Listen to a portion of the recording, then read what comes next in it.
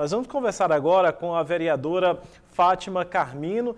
Primeiramente, eu gostaria de agradecer a sua disponibilidade, a sua atenção aqui em nos conceder essa entrevista, parabenizá-la também pelo êxito nas urnas, sendo eleita pela 4ª vez consecutiva para a Câmara Municipal de Parnaíba, não é isso, professora?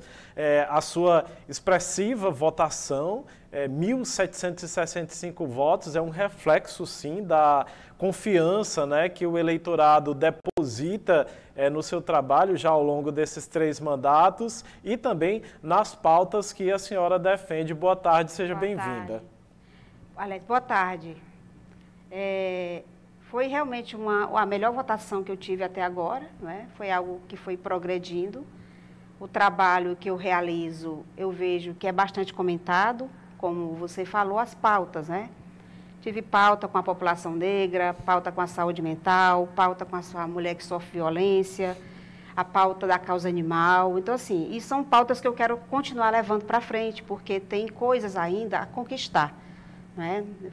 Eu sou autora da lei de castração gratuita, hoje é uma realidade aqui na cidade, mas tem muito mais a fazer.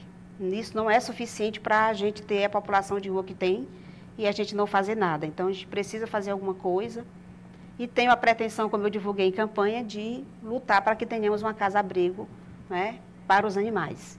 Vereadora, a senhora está, portanto, no seu 4º mandato como parlamentar, né, vai se encaminhar. É uma trajetória já longa, né, e a gente pode dizer aí consolidada na política de Parnaíba. A senhora também é uma das representantes do chamado PT Raiz aqui na cidade. O que a senhora acha que mudou nesse cenário político local e também no partido desde o início da sua trajetória como vereadora, como militante até hoje? Como que a senhora tem também se adaptado a essas transformações ao longo do tempo? Tem pessoas novas no partido, né? E que vieram e não têm a história construída nas bases do PT. Isso é uma preocupação para o partido, mas a gente respeita as regras e faz o nosso trabalho interno, né, e com a população da forma que deve ser. É o que nós sempre vamos fazer. Mas nós temos essa preocupação, sim, porque o PT ele vem de bases sociais, esse sempre é o propósito, né? Com relação a isso, eu acredito que os colegas petistas não têm o que reclamar do meu mandato, porque dessa forma eu tenho levado o mandato, dentro das políticas do PT, tenho todo esse respeito, até porque você não se elege sozinha. Para eu estar eleita, eu não tive todos os votos para me eleger. Eu me elegi com a ajuda dos colegas, né? Então, a gente tem que respeitar as políticas exatamente para a gente poder retornar para o partido aquilo que ele merece, né? Então, com a ajuda das pessoas.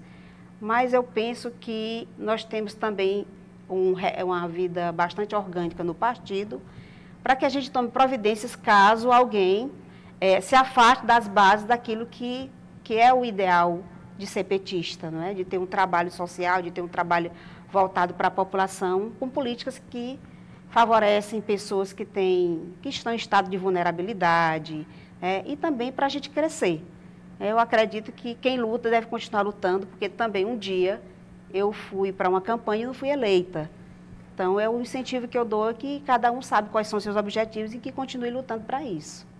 Vereadora, o seu grupo político, apesar de contar com nomes fortes atualmente, tendo como base aqui a cidade, como o deputado Florentino Neto, que é deputado federal, o apoio do próprio governador Rafael Fonteles e a sua participação ativa também, como vereadora sempre muito bem votada, da base do PT, é uma liderança dos militantes do partido, sofreu uma derrota significativa agora nessas últimas eleições municipais.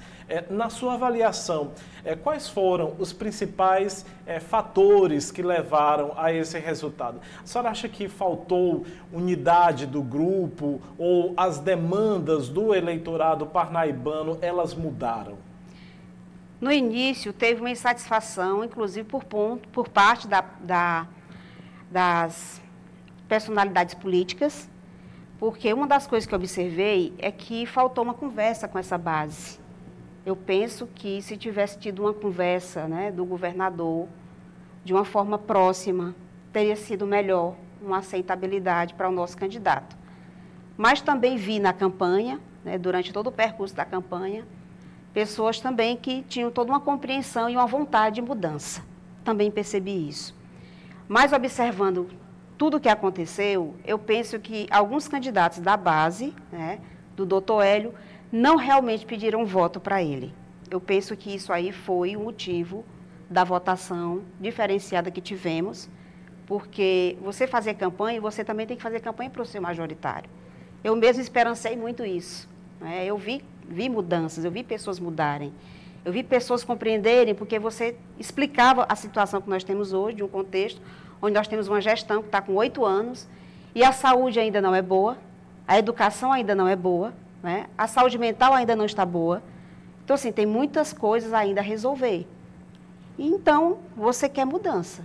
Então, eu colocava isso para as pessoas, que se 8 anos está do mesmo jeito, a gente tem que fazer mudança. Não que tenha tudo sido ruim, tem coisas que foi feita que as pessoas gostaram, mas quando se trata de educação e de saúde, é uma prioridade. Eu sou professora, mas quando o assunto é saúde, eu corro para resolver, porque é muito importante, porque saúde ela é algo para todos nós.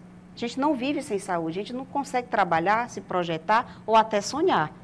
Então, é prioridade. E a gente vê que a população está desassistida, considerando que a saúde, né, com relação ao município, a atenção básica, o que é que nós temos realmente, o que está sendo feito pela atenção básica da cidade, não é? Qual é a campanha que está acontecendo? A gente não vê mais campanhas educativas é algo muito importante, porque a educação, ela tem o seu percurso, mas ela é eficiente. A informação, ela tem que chegar à população. E eu não vejo isso acontecer. Falta remédio nos postos de saúde. Então, quando você pauta na Câmara a falta do remédio, aí aparece uma foto dizendo que tem remédio no almoxarifado. Mas quando você volta, e aí você começa a receber também denúncias, continua sem remédio nos postos. Então, assim, é isso que a população quer? Será que a população avaliou realmente o que está acontecendo? Ou se deixou levar por uma empolgação? Eis a minha pergunta. Eu acreditei muito, sim, na campanha do doutor Hélio, e vejo com muita pena ele não ter ganho, né? Não que o outro candidato, o terceiro candidato não fosse bom, mas na vida política nós temos um lado e fazemos escolhas. Essa foi minha escolha, eu fui trabalhar por ela, e não me vergonho de dizer isso, porque eu vejo o que é melhor. Eu penso que na política não cabe a emoção e nem o ego. O que cabe é aquilo que a população realmente precisa. E eu vi isso. Eu vi fatos acontecerem na campanha com relação à atual gestão, que eu disse para mim mesma, se fosse doutor Hélio, isso não aconteceria. Então, era isso que eu gostaria de ter visto, né? Era isso que eu gostaria de ver na minha cidade, porque eu moro aqui, eu me preocupo. Então, eu penso por mim e penso pelos outros também. Por isso que meu trabalho tem sido esse. Uma das coisas que talvez tenha trazido essa votação à minha pessoa, a nossa campanha, foi o fato de eu ter sido uma pessoa sempre atenciosa com a população. As pessoas me procuram através do Instagram, do Facebook, o meu próprio WhatsApp, tanto que meu telefone eu nunca mudei, porque as pessoas já têm um canal de comunicação com esse meu telefone. Ele é pessoal, mas eu sou uma figura pública, então eu tenho que servir. E eu tive muito prazer de poder servir a população. De alguém me denunciar uma coisa e eu verificar, e eu ir até lá, pautar na Câmara, para que a gente possa resolver, e várias coisas sim foram resolvidas exatamente por conta desse perfil, né? E a gente precisa realmente fazer isso. A população precisa desse canal com o vereador. Professora, como comunicador, particularmente, eu não tinha tido a oportunidade de ter conversado com a senhora aqui frente às câmeras, com os nossos telespectadores, para ouvir essa sua linha de raciocínio. Vou até aqui fazer uma digressão em relação a esses fatos mesmo, porque é importante a sua reflexão. A decisão ali de retirar, né, a candidatura do deputado Florentino, quando ele desistiu de sair candidato a prefeito e compor uma chapa ali com o doutor Hélio, e depois colocando a Flaviana Veras como vice-prefeita, foi um dos momentos bastante cruciais ali na construção dessa última campanha. Como que a senhora avalia essa estratégia, assim, em retrospectiva? Houve um erro de cálculo político ou foi mesmo uma questão de conjuntura desfavorável? Olhe, no início, quando eu vi as pesquisas, né, o Florentino aparecer com um número favorável, eu fiquei animada, porque ele não tinha se colocado como candidato em nenhum momento. Já a Flaviana não avançava como a gente gostaria que tivesse avançado. Então, o PT entendeu que ele seria o nosso candidato. E aí nós falamos com ele. Mas depois ele não recebeu o apoio devido. E aí a gente não pode culpá-lo, porque ele tem um mandato de deputado federal, está gostando bastante, está trabalhando, então, logicamente, que ele tinha que tomar uma decisão. Sem apoio, para majoritário, você não tem como ir para uma eleição. Então, o nome construído foi o do doutor Hélio e aquele. É o nome que nós temos, é o nome que vai poder abrir as portas do trabalho que nós queremos para a cidade. Então, fomos à luta. Como eu disse, nem todo candidato que estava na base do doutor Hélio fez o seu trabalho. O fato é que isso aí resultou num resultado desfavorável, né? Foi isso que eu vi.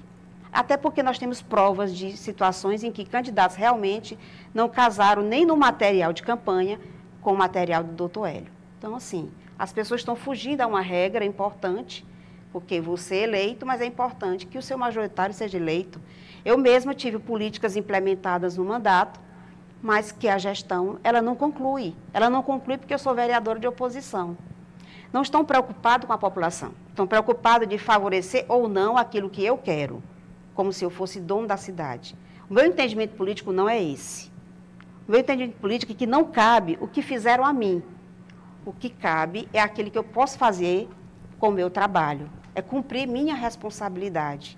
E eu sempre levei isso bastante a sério em todo o trabalho que eu realizei. A presidência da Câmara Municipal de Parnaíba, ela é um ponto sensível, né, dentro da política local. Com o sucesso da candidatura do Francisco Emanuel, como que a senhora enxerga esse papel da oposição, do seu partido, nesse novo contexto? Quais serão aí as estratégias que o PT e os seus aliados podem adotar para garantir a governabilidade e uma oposição que seja construtiva ali diante dessa realidade já que foi posta? Olhe, como nem todas as políticas implementadas pela atual gestão e que a gente imagina que continuará sendo dessa forma, né, porque a pessoa que hoje está gerindo a prefeitura, está fazendo isso há 8 anos, e penso que ela tem uma influência forte, então eu vejo que nós, 10 vereadores da base do governador, deveremos continuar unidos, porque a oposição ela precisa existir. Se não tiver oposição, corre-se o risco de achar que tudo que eu faço está correto. E o olhar mais profundo que tem para qualquer situação dentro desse contexto é a oposição. Então, é o que eu desejo e estamos trabalhando para isso, acredito. Temos colocado aí o nosso apreço ao vereador Daniel Jacques para que continue na presidência da Câmara Municipal, porque ele tem tido uma relação boa com todas as pessoas, tem tido maturidade de trabalho, tem sabido ouvir os vereadores e as reivindicações dos vereadores e tratado como deve. O momento de ser imparcial, o momento de ser o seu lado. E eu vejo isso com muita importância. Quando eu vejo alguém agir assim, é que eu vejo que tem maturidade para gerir algo. E a gente precisa desse campo para poder combater o que a gestão fizer que não estiver a contento. Porque pode vir um projeto que não seja, na verdade, ideal para a população. E se não tiver oposição, a população é quem vai sofrer com isso. Falando, portanto, aí agora de gestão, né, o seu mandato, quais são as principais pautas e projetos que a senhora pretende priorizar agora nos próximos anos? Como que esses projetos se alinham também com as demandas mais urgentes da população de Parnaíba, principalmente depois da passagem de um momento tão sensível de escuta, que é o período eleitoral, e que a senhora deve ter recebido muitas solicitações do povo? Exatamente. E essas solicitações ficam muito bem guardadas, porque eu já vou, inclusive, fazer uma reunião agora em novembro, para escutar as lideranças, escutar as pessoas que eu tive contato na campanha, para poder, já que nós vamos trabalhar agora na peça orçamentária, né, que é a LOA, está colocando emendas para resolver aquilo que eles têm vontade que seja resolvido, né? E uma das penas que eu tenho da perda do doutor Hélio é porque ele estaria, sim, disposto a implementar o OPA municipal, que é o orçamento participativo, que é uma coisa importante, que a população participar daquilo que eles vão estar usufruindo, decidindo o que eles querem. Porque a população sempre diz, sabe o que quer. O que falta é a gente ouvir e a gente implementar o que o povo está sugerindo. E nós não temos na atual gestão esse canal, nós não temos isso. Então, eu achei isso uma pena. Então, eu vou fazer esse trabalho, mas eu vou estar fortemente trabalhando pela implantação da casa-abrigo para a mulher que sofre violência e corre risco de vida. Nossa região, ela é grande e ela precisa dessa implantação desta casa. É uma coisa que a Lei Maria da Penha já favorece e a gente precisa entender que nenhuma vida merece correr risco. Mulher que sofre violência, tem muitas, mas algumas correm risco de vida. E eu tenho esse pensar. Então, eu vou adentrar mesmo, sair da Câmara Municipal para fazer uma movimentação com a população em torno disso, né? Fazer um comunicado com o governo federal, o governo estadual e o atual prefeito, para que tenhamos esse benefício em nossa cidade. A causa animal, que continua tendo toda uma relevância, porque a castração não é suficiente para conter a população de rua. Nós precisamos de um abrigo. Tem muitos protetores independentes sofrendo, gastando seu salário todo, praticamente, com ração, com clínica, e precisamos também de uma clínica que atenda os animais, porque aqui nós temos o SUS, que é o sistema que atende tudo que a gente precisa, não sem dificuldades, mas atende. E o animal, quando adoece, o dono do animal não sabe aonde recorrer se ele não tem uma renda suficiente para tratar da saúde desse animal. Então, eu vejo isso como uma coisa muito importante, porque não é só a questão da empatia pelos animais, é uma questão de saúde pública. O animal na rua, ele vai estar proliferando doenças, ele causa acidentes, então a gente precisa ter esse cuidado. Eu vejo isso com uma importância muito grande e eu quero trabalhar em função disso. A senhora falou aí sobre as políticas para as mulheres. Em sua visão, qual é o papel da mulher na política local, dentro do seu partido também, não é? Considerando que tanto a senhora quanto mesmo a Flaviana, que foi candidata a vice, tem assumido ali posições de destaque nesse cenário político parnaibano. Como que a senhora enxerga essa representatividade feminina no PT, na política de Parnaíba como um todo? O PT sempre foi um partido que valorizou a figura feminina, né? E tanto que o percentual que o PT exige de candidatas é maior do que a própria lei eleitoral. Mas eu vejo também que as mulheres precisam receber mais apoio. E esse apoio ele deve vir principalmente da sua casa. Então, muita mulher gostaria de estar na política e tem competência e potencial para isso. Mas se ela não tem o apoio devido dentro da sua casa, ela não vai conseguir. Porque a mulher ela tem múltiplas funções, o homem não. Ele não tem tantas funções quanto tem a mulher. Muita coisa sobrecarrega a vida da mulher. E aí é onde ela desanima. Mas o potencial é grande, faz diferença. Temos agora, nessa nova gestão, teremos mais uma vereadora. Isso é um crescimento importante para a cidade de Parnaíba, até porque a neta da COP é uma pessoa que é formada em assistência social, ela já faz um trabalho social no seu bairro, muito conhecida, e eu penso que isso vai ser muito importante para essa nova gestão da Câmara Municipal. Professora, para finalizar, sabendo que a política é feita aí de construções de alianças, de muitos diálogos constantes, olhando para esse futuro, né? Como que a senhora vê o cenário político de Parnaíba, as possíveis alianças que ainda podem fortalecer o seu partido, a sua base? A senhora acredita que há um espaço depois de toda essa conturbação, desses detalhes que a senhora apontou aí que não foram tão positivos, né, para o partido, para esse grupo, após esta última eleição, esse olhar, né, que possa se voltar para o cenário estadual, dentro de uma recomposição desse grupo? A senhora acredita nessa recomposição desse grupo? Diante do cenário estadual que já vai estar posto aí dentro de 2 anos? Olhe, a gente não pode duvidar. A gente não pode duvidar. Agora eu posso falar por mim. Eu tenho o meu lado, eu tenho minha forma de trabalho e eu não me aparto disso. E apesar de não ter o prefeito que eu votei, mas o meu trabalho está acima disso. O que vier para a Câmara para ser votado, estiver bom para a população, vai ter meu voto. O que não tiver, como eu sempre fiz, eu vou argumentar e dizer por quê, e não vou votar a favor, porque se eu tiver como justificar, eu posso votar sim, um não. E o contexto político realmente ele é delicado. O que eu posso dizer é que eu serei do lado que deve ser, do lado que eu acredito que seja melhor. Eu não estou dizendo que não há problemas a ser resolvidos. É impossível uma gestão fazer tudo a contento. É impossível.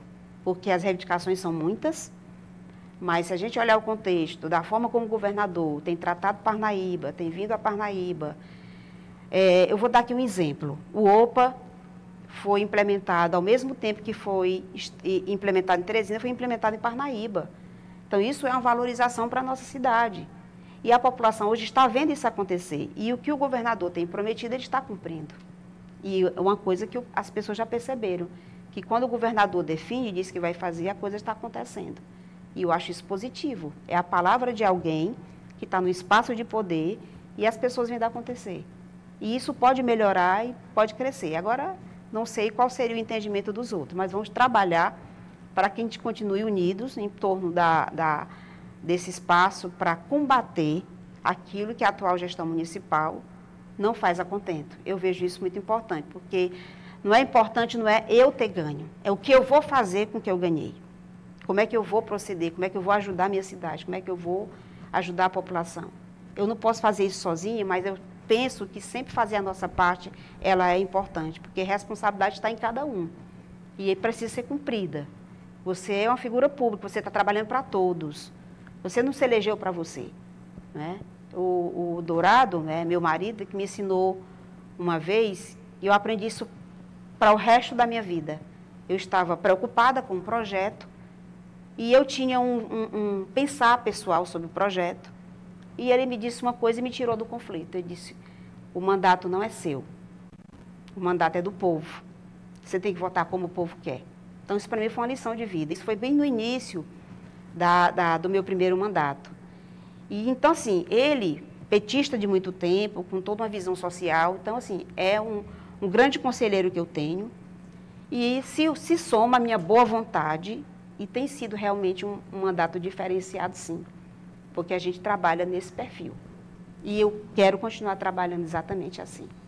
Professora, vereadora, obrigado pela oportunidade do diálogo e pela sua linha de raciocínio compartilhada aqui com os nossos telespectadores. Eu desejo muito sucesso. Obrigada. E um bom trabalho para a senhora à frente da nova jornada, do novo mandato. Obrigado. Por nada.